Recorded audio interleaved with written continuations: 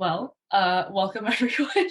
My name is Therese, and let's go around. I don't even know which direction because we're in Zoom, but Hi, I'm Amelia. I'm one of the professors at Oclef. Been teaching here for almost, I guess, over a year now, which is really great. And today we have a guest star on our show today, Coffee with Colleagues. And our guest star today is Adele. So, Adele, if you want to introduce yourself, that would be awesome. Hi everyone, my name is Adele. I'm a piano instructor with Oclef. I teach a lot of the Kaizen courses that we have and sometimes do one-on-one with students. And I've been with Oclef for about, I don't even know how many years it's been, but like ever since I was a junior in high school. Now I'm in college, so it's been a learning process for both me and Oclef. and I'll reintroduce myself because that intro was not good. Yeah, we So my name is Therese, and I am one of the S1 professors here at Oclef, and I also work extensively with a lot of our students who have learning disabilities and learning differences. And we here at Oclef, we have a really special way of working with our students. We see them every day in different capacities. So it's really cool that we're starting up this semi-podcast live stream workshop series, and it's called Coffee with Colleagues. So welcome.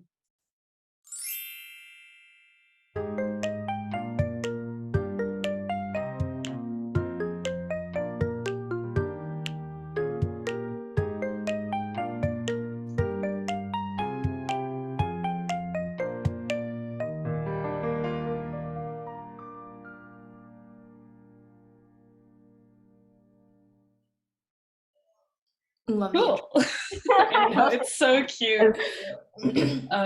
That intro actually was a byproduct of me and Amelia messing around with like specific chords together. We were like, okay, well, what's our goal or plan for this? And I was like, let's just keep it chill. Let's just keep it like a conversation we would have with like, our friends and like talk about our own teaching experiences.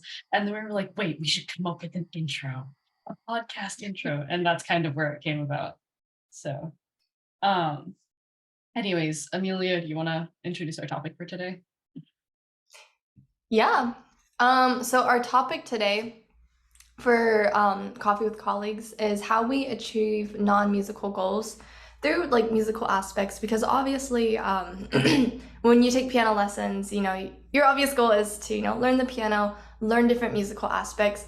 But I think on top of that, this is kind of unspoken between like parents and teachers, and just something that we all kind of realize is that through the piano lessons, or it could be anything that you sign your kids up for, but you're also achieving other non-musical goals, other goals outside of that activity, whether it be good, habit building. In piano, you might learn how to memorize or learn how to stick to a schedule. So little things like that can all add up, whether you're neurotypical, non-neurotypical as well. So that's kind of what we want to explore and talk about in any capacity. So, Therese, if you want to start, like, how has your experience been like working with your students in that? Yeah, so something that I've noticed is like, even though we're teaching them piano, there are a couple skills that they're building that are very specific to like how they'll apply in real life. Like sometimes when parents sign up their students for piano, they're thinking, oh yeah, my student is going to learn piano, it's going to look good on their resume, and schools are going to be like, wow, they're a well-rounded person. And then they forget like to think about like, why does it make them a well-rounded person? Well, the reason why is because it teaches them things like how to focus on something for a very specific amount of time, right? Or like how to make goals for yourself that are like doable goals. Like I've worked with a couple students now where when they're assigned a piece by a professor, they just kind of look at it and they're like, right? So you have to kind of walk through the process of like, okay, let's work on just this. And then if you're done with this, then you do it like this and this and this and this. And then it's like task accomplishing too. So those are a couple like just non-musical goals that I've seen come about. Also time management. Have you guys ever, for your one-on-one students, have they ever come late to like a lesson? Yes. Yes, all the time, right? But the cool thing about Oclef is that like we have our lessons every single day, so they have a chance to try again. And then I've also done this thing with my students where I'll be like, okay, set an alarm on your iPad. right, on your watch or something, right? So yeah, little things like that. There's like a whole list, but anyways, Adele, what about you? Like, have you seen anything in Kaizen or in your one-on-ones? Well, I feel like a lot of people when they first like start piano, they can find like learning a completely new piece really discouraging, or it's like they don't know any of the notes, they don't know any of the rhythms. They take a look at it and they're like, how am I supposed to play this? Um, but then when they realize either one, sometimes students really love playing songs they've heard before. It's like famous pop songs, they find that really enjoyable. And then also, like you mentioned before, like just really breaking down the practice so it's in more manageable increments. And then when you like finish that like 2 measures or something, it's like that's an accomplishment. So really celebrating all those small things, and then realizing, after a lot of small goals you've accomplished, you've already finished the piece. So I think a lot of students get happy after that. Oh yeah, it's that dopamine boost. It's like the I just did something and I'm amazing. Yeah. No, that definitely plays into it. I think also something else that like I've noticed with some of my students is that it's a really healthy way for them to develop what I call healthy self-criticism. It's Mhm. like, so I've had a couple students struggle with this, and I think this is one of the things that practice frustration pushes them to do, is that like, let's say for example they're playing a piece like you said, Adele, and it's like really difficult, um, and they're really struggling with this one part. Some students, what they'll do is they'll just completely ignore it and pretend like it didn't happen, right? That's not having any self-criticism. Then there's the students who like really latch onto that mistake and they're like, oh my gosh, I can't do this, and they completely give up. So that's not healthy self-criticism. We're trying to get them to that like middle ground, and a lot of students do end up doing that over like a certain amount of time after they've learned how like the learning process of a piece goes. But I think at Oclef we have kind of a really like an additional benefit, because then you also have like meeting with instructors every single day. So there's always that source of encouragement. Like, it's okay to make mistakes. You can just adjust and kind of move on. So yeah. That's really true. Um, mhm. I was also thinking like just learning how to problem solve in general is a huge thing. Like it doesn't have to be just in piano. Like obviously us as the teachers, should be any teacher, but like we give the students the tools to be able to figure things out on their own if they're on their own and they can't figure out where their hand position is or whatnot, which I think is great. And I think it can also be like really humbling too, because like I will get some students like they're like, "Oh no, this is so easy. Yeah, I can do this." And they'll play through it and be like, hey, let's double check that. I don't know, like, did you get those right? Are the rhythms correct? So it can also be really humbling to like knowing that, hey, like we do need to slow down, which I'm sure that's something you say to all your students during your lessons, like slow down, like make sure you're not glossing Turtle over. speed. Yeah, turtle speed. Make sure you're not glossing over those difficult parts, because I'll have some students who will play and they're like, I love this, I'm so good at this. It gets to the difficult part, they'll be like and skip I over. think I know exactly who you're talking about, because I Yeah, saw her you in Kaizen know. the other day. I think I know exactly who you're talking about. Chanson, right? Is she playing chanson? Oh, yeah, Yes. But couple there's a couple people. other ones. Yes. Yeah. Yeah, I would say with that student in particular, I won't say names, but with Yeah. students, similar to her, it's understandable. Like I have some students who listen to the recording of what it should sound like, and they're like, it's got to go this fast, it's got to sound perfect, and they won't move on until it's perfect. So I think it's also like a skill to be able to acknowledge, like maybe just for a second, like let me take a break from this and just kind of like step down, slow down, revisit it, and just only focus on that part, because sometimes students just want to ignore it. Like you said, Therese, they get too caught up in Yeah. the mistakes. Yeah. They get like really focused on the one thing they did wrong, and then it just this. And also, this is another thing I've noticed. They get like so discouraged to the point where they won't even look at the rest of the music to see if there's anything that Mhm. repeats itself later. Right. Right. So like this could apply to a math problem too. It's like if they're doing like, I don't know, like a sheet in school, like those multiplication tables, like the ones that the ones you get quizzed on, Yes. and they're like, do it under a certain time period, right? They'll like, I have some students who they'll talk about like a math test or something that they did similar to that, and they'll be like, I got this one problem wrong and I just got like stuck on it and I couldn't continue, right? Whereas like if they had kept going, they probably would have found answers or like more problems they could solve, and then process of elimination after that, or whatever method to get to the ones that they were having trouble with, right? Mhm. So time management for sure. Like not just like getting to class on time, but also like where should I pour my energy into? First, should I do like all the ones I already know and then kind of come back to the one that I was struggling with? Or should I all like just zone in on the one that I was struggling with and like knowing when to do that? That's kind of a cool I actually did not think about that until this moment. So it's cool that we're just like talking about this. Like when you're taking And a test, like it's good to do that. Like on the SAT, did they ever tell you, like Adele, because I know, like we all took the SAT probably, like they tell you to do the things that get it done, and then go back, like backwards. You can take the test backwards if you want. We do backwards practicing, like it applies, right? No.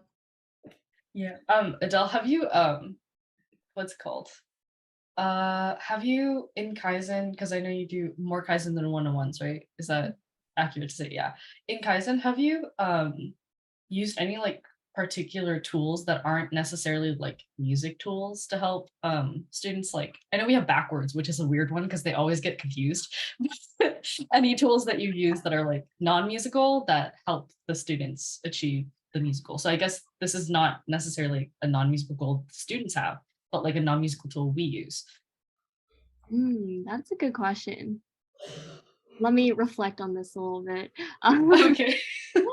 So can you rephrase that, Therese? A non-musical tool we use? Tool, yeah. So like a non-musical tool that we use to get students towards their musical goal. So this is like the opposite. So it's like the reverse situation. Because normally in lessons, right? You're teaching them music, and that helps, like the byproduct of that could be a musical goal as well as like achieving a non-musical goal such as focus or whatever.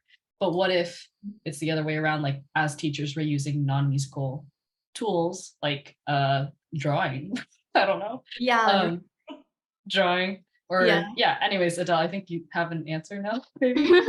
Or like games, maybe like gamifying their practice. Like like have you ever worked with like little kids and you just like want them to repeat this one section because they're getting it wrong and they're getting bored of playing it? I don't know if that's happened. I'm sure it has. And then like you got to find a way to make it like fun and interesting, right? Do you have any like tricks to like trick them to make it seem fun, but it's like in reality they're just repeating maybe? I mean, I guess like one of the things is like kind of think of it as like game levels where like the first time maybe you're gonna play slow, see how slow like you can really play it, or the second time you play really fast, then at the same tempo. And then I don't know, I just like change the variation. I'm like, oh, can you do it this way? Oh, try this way. And then it's like they're thinking, oh, let's try different versions and see like how many different ways I can play this one piece of music, because then it like really shows that music can be expressed in different ways. And it's just like, even though it says so on the sheet music, you could really play it however you'd want it to. But then you're helping them. You're helping them get their reps in, if that makes sense. Like, in the gym lifting weights, it's like they don't know it, but in the background you're like, yes, he's done it like 10 times at this point in different ways and he didn't even know it. Sorry, I totally cut you off. Go ahead. Okay, you're good. I love it. It reminds me of the wheel that we have, Therese. So for our viewers, we have this wheel. It's literally called like wheelofnames.com or something like that. I think if you free resource. Yeah, free resource. Go on Google, look it up. It's great. And then you can type whatever you want and it'll put it in a wheel, you spin it, it can land on the thing. So like you can do it for anything, like literally however you want. So like what you were saying, Adele, could be really cool. Like if you have a wheel, let's say you want them to repeat like one line or whatever, you can like have them on the wheel. You can write, play it as quiet as possible, play it as piano as possible, play it as forte as possible, play it all staccato, play it all legato, just the right hand, but really slow, like make it funny. And then they have to spin the wheel because then it's like you're not telling them what to do, the wheel is telling them what to do. Yeah. That's kind of fun. The musical wheel, now that I'm thinking about it, is a really good way to gamify like your lessons in general. But you can also do it as a way to like teach them how to do sections, right? So you can like section off the music with them and work with them to do that, and then like put all those different sections by name into the wheel and then just randomly press the thing, and then it'll give them like section 3, which is like lines XYZ, right? And then they can play that part too. So like Oh, another one that I did not add to my list that I curated for this specific episode is like um being able, like, another byproduct is being able to see music from like, or like to solve problems, but not in the same way that somebody else would solve it. So like Mm, it is building off that problem solving goal that we achieve as pianists, but like seeing it from a different perspective is something that some students typically don't like to do. This goes back to like the backwards practicing that we do and everything, but mm, for some of our students, they just start from the very beginning and they try to do it all the way through, like yeah. beginning all the way through. Um, and I think the cool thing about Kaizen and about one-on-one lessons with us is that they get to see different like ways that we ourselves practice, and then think about different ways that they could also tackle the piece to make it fun for themselves. I think my older students have started to do that a lot more. The younger ones still need a little bit of hand holding to be like, yeah, I want to do this version of practicing, not this version. But yeah, it's kind of cool. Yeah. I guess we can move on. If we come back to this, we can just organically, but maybe we move on to like how music is actually therapeutic for students as well. So we could talk a little bit about the origin of music as medicine. I don't know how much you remember, Amelia. Maybe you want to get started on that. Oh Um, gosh, the origin. I mean, I yeah. feel like when I think about it, to give it some context before we actually came up with it, when we first Hmm. started working for Oclef, I know for the two of us, I'm not sure how Yeah. it was for you, Adele, but like we got a couple of students assigned to us that we knew that would have like learning differences. Um, whether it could be they're on the spectrum. I think a handful of your students are on the spectrum, Therese. Yeah. A handful of my Yeah. students have ADHD, or they're just more hyperactive in general. So those are learning differences. And when we first got them, we like weren't entirely sure, like, or not sure, but just maybe confident at first because it was kind of like a first exposure for us. And then with lots of like, just like talking to other people and whatnot, we started becoming more confident. And then once we like really started like seeing patterns and teaching them for a long time, I forget exactly where we came up, like at what point we came up with music as medicine, but that's like the pre-context to it. Yeah, I think I remember being assigned a couple students and then like so my background before Oclef was I had my own piano studio and I would meet these students like once a week. And that was really painful for even my neurotypical students because like they just don't remember anything. They go to class and they feel like it's a test because they come back to class and they're like being asked to remember something that they haven't even touched since like a week ago, right? Like let's be honest, kids don't know how to practice. And so like getting the practice part out of the way was one thing, and then for my neurotypical students that I teach now in Oclef, they're breezing through stuff, right? But now the challenge for me is like working with my students who don't have that advantage of being like neurotypical, can process the music the way that we teach it, like for most students. So I think the first student I was assigned was on the spectrum or had ADHD, I forgot her specific diagnosis. But I've been working with her for like about a year now, and she's actually made it through 2 books with me, which is crazy. But when we first got started, I was meeting her once a week because that's what we thought was necessary. Just more time, like, working together.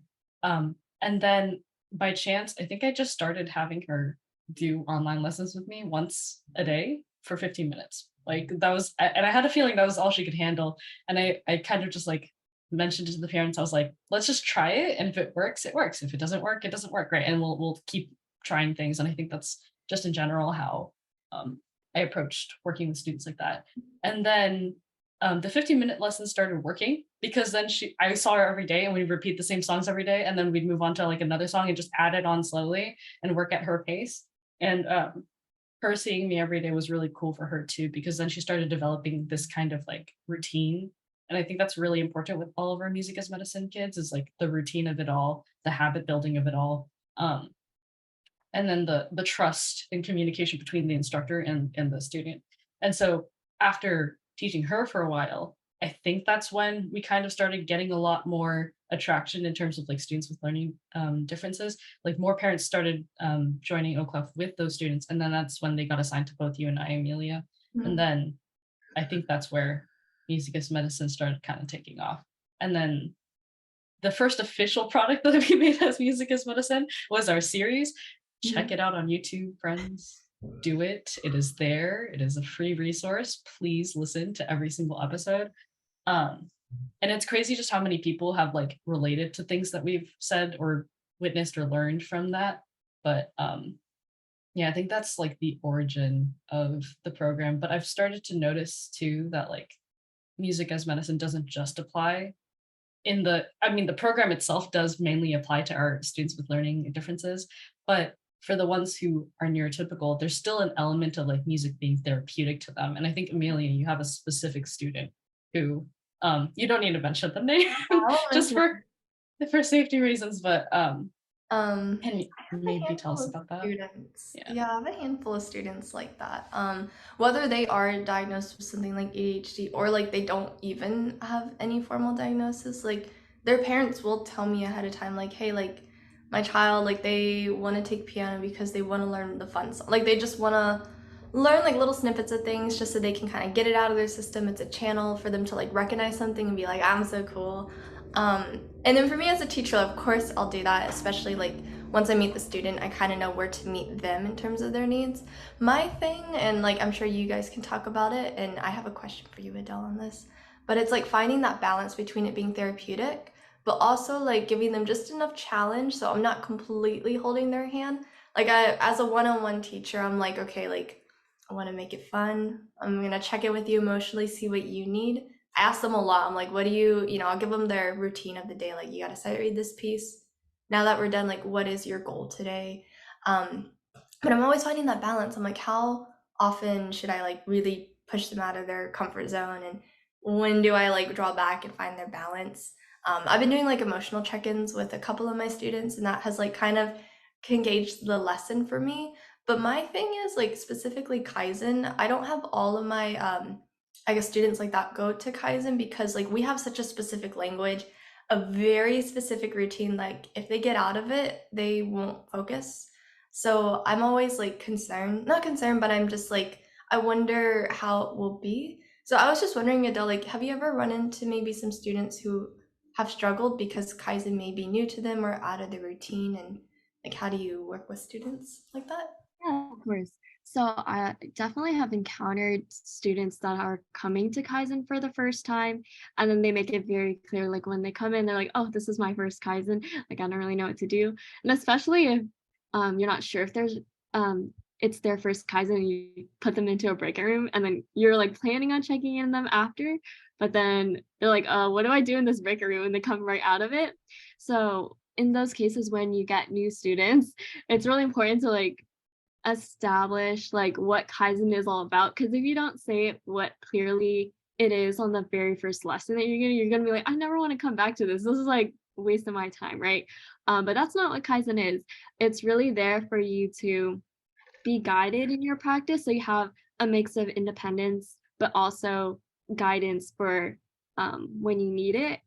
And so I guess the main thing about Kaizen is that instructors regularly check in every like I want to say like about 5 minutes or so. But if we notice that it's a student that's more on the beginner side, or if they're in stage one and they're only staying for 15 minutes, we make it our priority to like check in on them more. And then for Kaizen, we're not really like going through the entire piece with them, but picking the section that they wanted to focus on, or if they have no idea, they're like, oh, I'm not really sure. This is where we actually pick the section for them to work on. And then that's when we notice, oh, if there's something wrong, then, or if there's something that they can improve on, we'll like challenge them. And then we'll be like, practice this. We're going to come back and check in on it. And then it's like a little challenge for them instead of a whole like overwhelming session. Mm. Yeah, that makes sense. Yeah, I really like that. And that's, I mean, that's why I love Kaizen. All of us professors love Kaizen Yeah. for that reason, because you guys, as the instructors, run it very, very well. I was curious too, because like I know with Kaizen, like you're checking on them for like that short little time period, and you're like, I'm gonna go, like I'm gonna trust that you're gonna do it on your own. But I think a really big thing too, whether you're an instructor or professor, is obviously building that trust, and it's really Yeah. nice to get to see every day because of that. Are there any like, I guess like maybe how long does it take for them to like feel comfortable with you? Like, Do you notice like there's a certain time period until they're like, okay, I got you, like I trust you as an instructor? Does it take time? Um, I feel like I've been working at Kaizen for such a long time. So I feel like a lot of the students, when they come the first time, maybe they're not as comfortable, but definitely like the second or third time, they've got the hang of it. The only thing is maybe that they would meet a new instructor or someone else they haven't worked with. But most of the students, I feel like they come at the same time when it's like instructors are scheduled. So they really get to know the instructor that's there for Kaizen. And I think also the instructors do a really good job of reading everyone's like notes beforehand, Mm. and they're familiar with most of the students and what they're working on, even if they don't teach one-on-ones with them.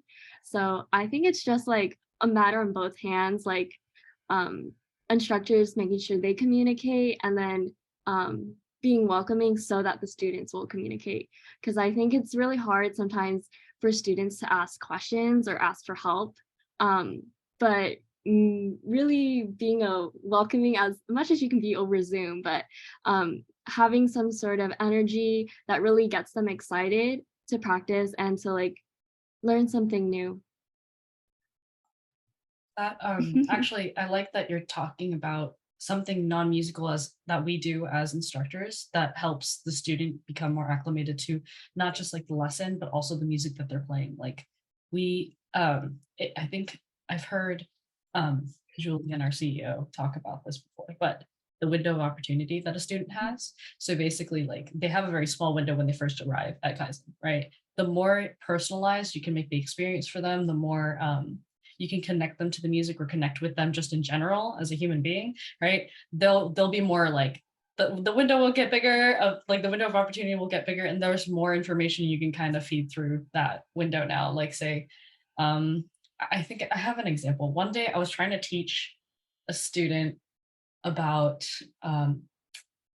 what's it called? I was trying to teach a student a specific piece and I forgot what we were talking about, but I think I mentioned gosh, I was talking about like dominoes or something, and then it just like somehow related to them. I also have another student who's very invested in cars and trains and planes, Mm. and Mm. so we did something involving that, and like just getting to know your student too really helps with like ways you can connect them to the concept you're teaching, right? Because some students don't connect the same way to the kind of explanation you would give to others. And so it's Mhm. like nice to be able to know your student, which is a non-musical thing we as teachers can do to really improve our teaching. Um, and that's something that I feel like I used to take for granted. And Mhm. now I like really, really pay attention to it because it's just so important. Um, I have a question for all of you, and that is how has Oclef in particular helped us get to where we are in our teaching journey with students just in general? So I guess we can start with Adele first because it looks like you're ready with an answer. Yeah, of course. So Oclef was my very first job, my first part-time job. It still is part-time, but it was really my first opportunity to use what I've learned like for 10 years, right? Growing up learning piano for 10 years and finally displaying what I know and what I've learned through my experiences and what my teacher has taught me into like these other kids that I don't know as well, but still trying to do my best to let them have a positive experience like I did. Because like growing up, there's like a lot of like of your peers will start learning piano at the same time. Eventually some will drop out. Some will never touch the piano again. So it was really like, oh, am I still like one of the last people standing? Like it's not supposed to be like a survivor show, but sometimes or in the past with education, it's kind of felt like, oh, you're still in it. You're still in it. You got to keep going, right? And then so being a piano instructor is actually the goal for me in the end because I really love working with children. I love being able to teach them what I know and just wanted to make them enjoy piano as much as I did.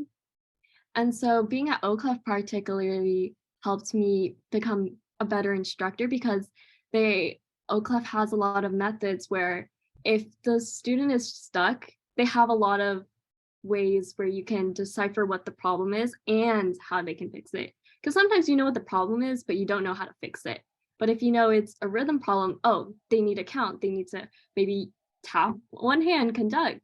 But yeah, there's a lot of like different tools that you can use to figure out what the problem is, and also if the tools work for the student, because not every student you work with is going to have the same solution.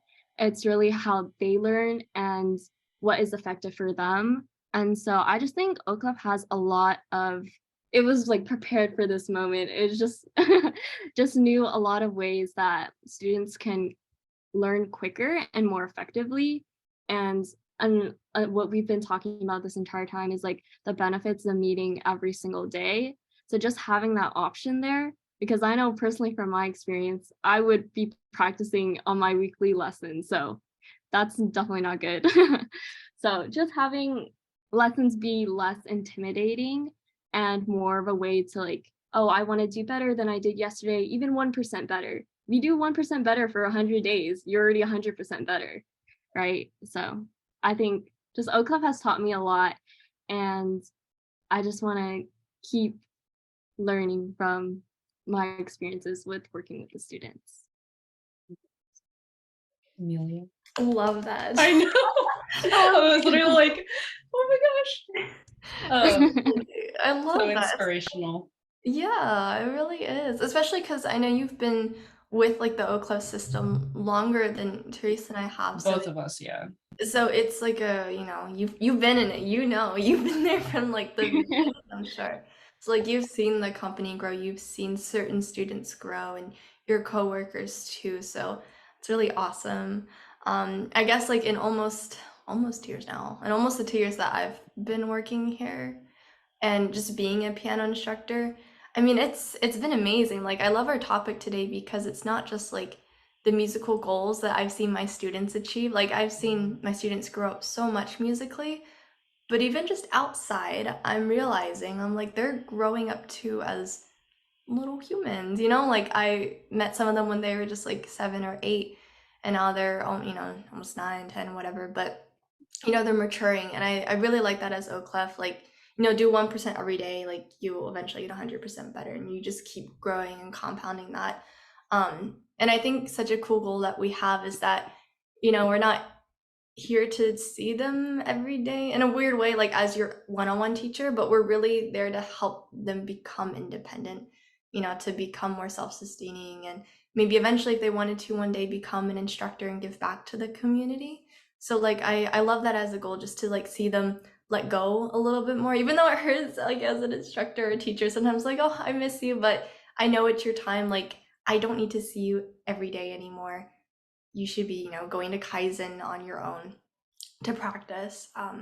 So I would say that aspect is something that I've come to realize, because we didn't have Kaizen. Like when I've taught piano before, it's once every week for an hour, and I'll see you the next week. So I feel like this has really helped me learn how to let go of my students and really, cheer them on for becoming more independent and their own problem solvers. So I think that has been like the biggest thing that I've learned and seen while being here, just seeing them grow up and become more independent, and then taking on the new kids and wanting the same for them. So yeah. I like I had all the feels like listening to both of you talk about it, because I was like, this is literally how I felt when I first came to the. I had a couple students who transferred from like my personal studio into Oclef, and just to see them like not give up on music anymore because of that, like I had a student who was really, really like going through it. She was like, I don't want to do piano anymore. I hate piano. And like she loved me. So that was not the issue. The issue was she just didn't like the lessons in this setup we were in. And then when they transitioned to Oclef, everything became a little bit less like high intensity for her, because I'm seeing her every day. I'm correcting her mistakes every day. I'm encouraging her every day. She feels like she's accomplishing something every day, right? So like that, the little like really like seeing them more often, and also having those little stepping stools towards goals was like something that she like, there was a lot of pride in that for her, and now she loves piano. Like she plays songs and she's like, wow, I can play it just as fast as you, Miss Therese, and then she'll like play a little section that we were just working on, right? So I think I've grown a lot as a teacher, because I've come to realize like how important it is to have that connection with the student, and to really tailor to the best of my ability. And I don't think this would have been possible in a conventional teaching session, but like really tailoring the lesson to them and meeting them where they're at in their development process outside of music, but also just in general, like where they're comfortable with things, and then also like pushing them a little bit depending on um, their ability to like keep growing. Um, and then I think also with specifically with my students who have learning differences, and um, it's been a lot of trial and error so far, at least, but we're getting somewhere. So it's taught me as a teacher to stay resilient with like the testing different things on certain students and like how they respond to it. And then also to think outside of the box. I mean, that's something that we'll be exploring more in the next sessions, like personal tools that we all use with our students who have certain learning differences or physical impairments. I think the next one is probably going to be talking about physical. And that will be a workshop designed for just like teachers who would like to be a part of this. So if you'd like to join us for that workshop next time, that'll be cool. And we'll be meeting in general. We have a whole series planned out for this year, which is fantastic. And we'll be meeting every third Thursday to discuss different topics related to the way we teach, the way our students respond to. And yeah, I'm excited. I hope you guys are excited too. But it's been awesome talking to you guys about non-musical goals today, and about just in general what music as medicine means. And I hope it gives you a little perspective into the life of an Oclef instructor as well. And yeah, any last thoughts, friends? Well, mostly, I mean, just to kind of reiterate what you're saying, I hope that, whoever decides to watch this, like you guys decide to watch any other episodes, I think we'll get more specific. And I think this was a great first episode with you guys. This is our first time doing something more casual because before we had a produced video. So it was really nice to have you, Adele, today to talk to, because Therese and I have talked about this at length. So it's so nice to be able to get your perspective, especially because you're like a veteran Oclef, instructor, and you see a lot of the kids at Kaizen. I only do Kaizen once like every other day, so it's really great to get your perspective as well. So really appreciate having you here as well. Thank you for being here. Thank you. Thank you all for having me. Yay. All right, so go check us out on YouTube, Music as Medicine, at the Oclef channel, OCLEF, and stay tuned. We will be creating more, and our next workshop is on, I can give you the date in just a second. Give me a second. Oh wait, no, we'll get copyrighted. Okay, should not use that. Or I can sing it really badly and it might not affect us. But the next one we have is, drum roll please, February 16th. Yay, and our topic next time will be about ADHD and certain teaching hacks. So stay tuned. Love it.